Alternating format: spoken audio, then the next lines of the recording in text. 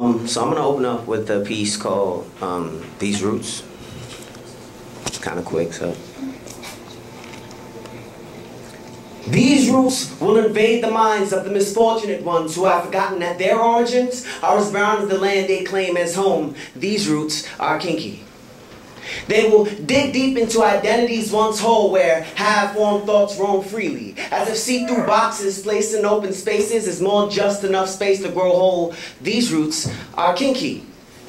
But they are not hollowed out like the minds of what used to be free-thinking children. These roots are pulsing with stories untold and a people whose stolen voice boxes contain the answers, keys, and secrets as gold as the bricks they stole, then claimed as their own. Or the wall tablets and pottery they're mistranslated, then claimed as their own. Or the art, math, astrology, cosmology, oceanology, theology, and every other oddity in existence they stole, then claimed as their own. See, some have tried to explain these roots by claiming that they're hidden in attempts to lock up the eternal fruits of our labor, but they have found that these roots have double helixed our destinies and bound them to a mother whom we claim to never claim. These roots are the sacred milk of my mother, as it is drained from her breast and sold to the highest bidder. So as her children starve, their children go fat from fast food and oil. Sugar cane and blood fashioned into diamonds. They say candy never been so sweet, and blood never glistened so bright. Bright enough to blind its wearer, long enough to silence the screams. Or hide the story behind the gleam. They import then extort then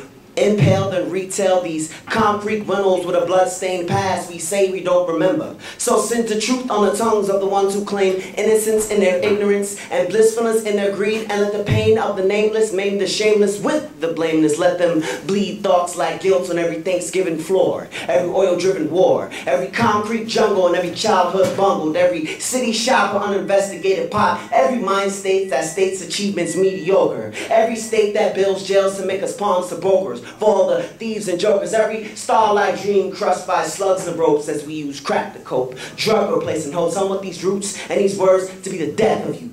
But these people should never know the sovereignty of their music or the righteousness of their smiles. They would never know that these roots cannot be found under uncapped bottles, rolled between pieces of paper and toxic remedies made up of embalming fluid, roach spray, and rat poison, because lungs will never contain their complexities long enough to comprehend their forever, after, and before. And when exhaled like smoke, these roots become nothing more than clouded thoughts with an appealing odor. These roots.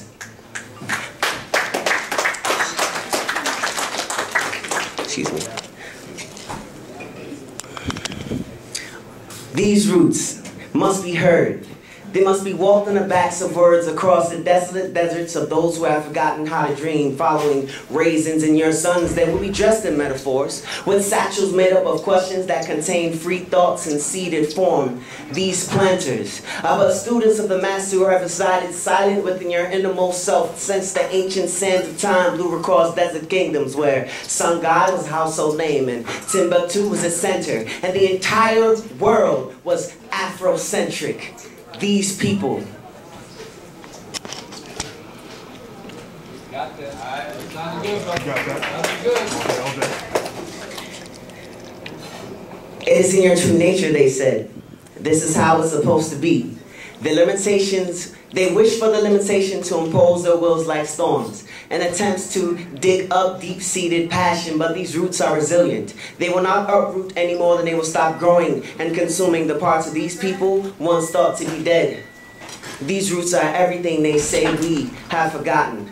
I am these roots, you are these roots, and yo, these roots are kinky.